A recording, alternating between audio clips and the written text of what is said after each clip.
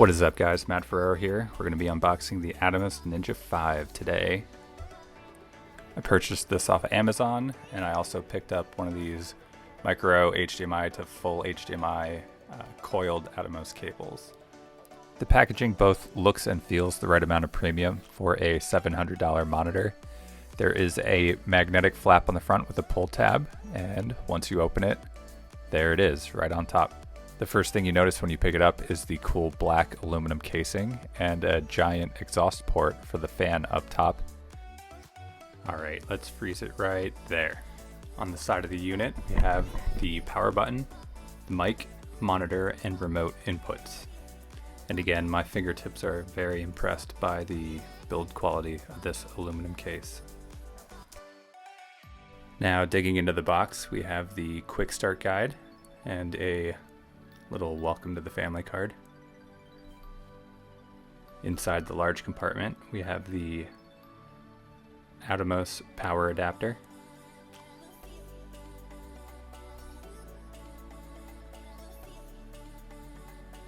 And we have the assorted international plug adapters. Here's the included 2.5-inch SSD Caddy.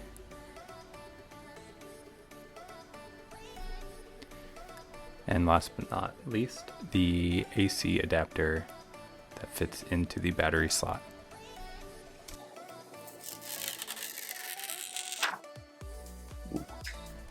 The Ninja V feels very solid on its own, and adding the Sony NPF 970 battery does add a little bit of weight. On its own, the Atomos weighs in at 12.5 ounces or 358 grams. Adding the SSD Caddy puts it just under a full pound or 430 grams. And finally, with the NPF 970 battery, it is about 1.6 pounds or 728 grams.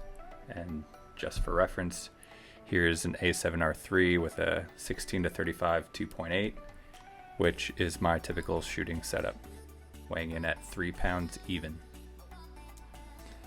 Powering up the unit for the first time, I was really surprised at how quickly it booted. It took less than a second from pushing the power button to jumping right into its main interface.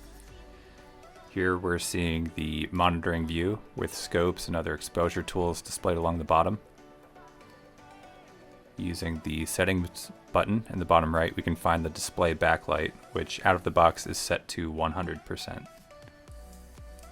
Even indoors with the brightness set all the way down, reflections don't seem to be too bad, but we'll bump brightness up to 100 and see how it does outside. And quickly glancing through the menu titles here, we can see separate controls for waveforms, focus peaking, zebras, LUTs, and general monitor settings. We'll save these for a full review, but right now we can see that it's a pretty intuitive layout. Alright, now to get up and running, we're going to insert the SSD Caddy, and the first thing you notice is that it does hang off the left side of the unit about an inch.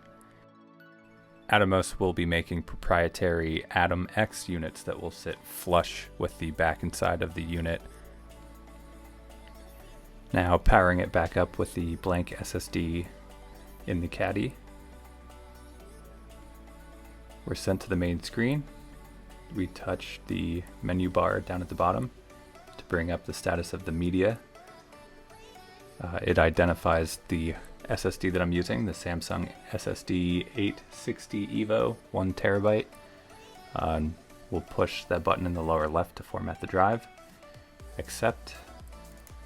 And just like that, the drive is formatted, and it will display your full capacity right there in the media information. Got the A7III here. Alright, it's plugged in. It went from no input to a nice mirrored input. That screen is pretty beautiful. Looking at the output of the screen at full brightness, it is really nice. And it is definitely brighter than the built-in LCD on the A7III. Gonna figure out how to mount this onto the Alright, so I've kind of got my Ronin S setup here. And blah, blah, blah. Let's go take some sample shots.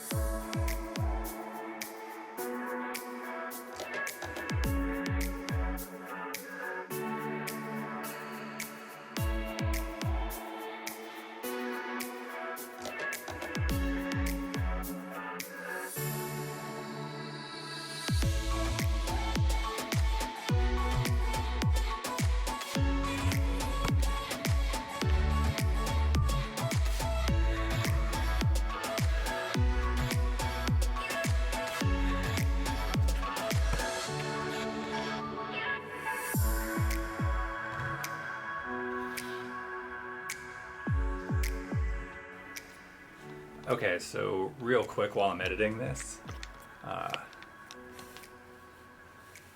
just noticed that the Atomos footage is actually 60 frames per second while I was recording 120 with the A7 III. I didn't realize, and I just looked it up, this is a limitation with the A7 III where you can only output 1080 at 60 frames per second through HDMI. So that's something to keep in mind if you were planning on doing slow-mo with the Atomos Ninja V. All right, back to the video. So I don't have a ton of experience with external monitors, but I can say that the image on the Ninja is super crisp. I can see all the individual leaves happening up here in the top right. Let me get a recording of this. Super easy to use. The touchscreen is super responsive. And then immediately, the main benefit I see to using this, if I switch the camera over to picture profile 7, you can see me flipping through the picture profiles. We have the waveform down here. So monitor and edit screens here. Okay, so here we can play with the scope, and there is just so much information available. If I start changing the exposure, you can see just how far down it goes. It starts crushing the blacks. We bring it all the way up. Right there, the highlights are around 100. So we can see if I start to overexpose any more, now it's clipping the highlights. So it's super handy when you're exposing S-Log 2. You can see, you know, right when your highlights start to clip. That's really maxing it out right there. Really, really informative, and there's no scopes built in to the A7 III, so you know, using one of these external monitors is really the only way you're going to be able to get this sort of scope. Let's see what else we got here. Then we got color scopes, and I don't know what a lot of this other stuff does, but we'll figure it out soon. All right, so first impressions on the Atomos Ninja V. I think the build quality is excellent. The aluminum case feels wonderful. There's only one button on the unit, that is the power button, and it is, you know, clicky. It feels well built. Oh, that was great. Battery sits in nice and snug. HDMI fits in nice and snug. SSD is the plastic caddy is a little wiggly, but it doesn't feel like it's going to come out or anything like that. User interface is pretty straightforward. Like I said, I'd never used an Atomos before, so that should tell you it's relatively intuitive. Once I figured out the edit and monitor kind of function keys down here, it made changing the scopes and stuff like that super easy. I definitely look forward to loading some LUTs on here so I can have that real-time application when I'm using S-Log. But yeah, being able to see scopes when you're in S-Log is really just invaluable. I've never really felt comfortable with S-Log 2, and now I think that's going to completely change. You've seen sample clips of straight out of camera and from the Atomos. If there is a bump in quality, that's great. That's really not what I bought this for. It really was for having the scopes and really the ability to have cheap storage, so I can have a terabyte of storage for the same price as a 256 gig UHS 2 card. So and cutting down on rendering times in that. So I'm looking forward to see how this works in my workflow. Battery level, I was out there for maybe an hour getting a feel for it, and hardly any battery was used. Again, this is the 970, so I'm expecting to get, it's not even a third of the way done. So if I could get 3 or 4 hours out of a battery, that would be fantastic. Recording time in ProRes 422 was, I think, about 4.5 hours for a terabyte. So that is, that's really nice. Again, not switching cards. Yeah, I'm really impressed. Nice bright screen.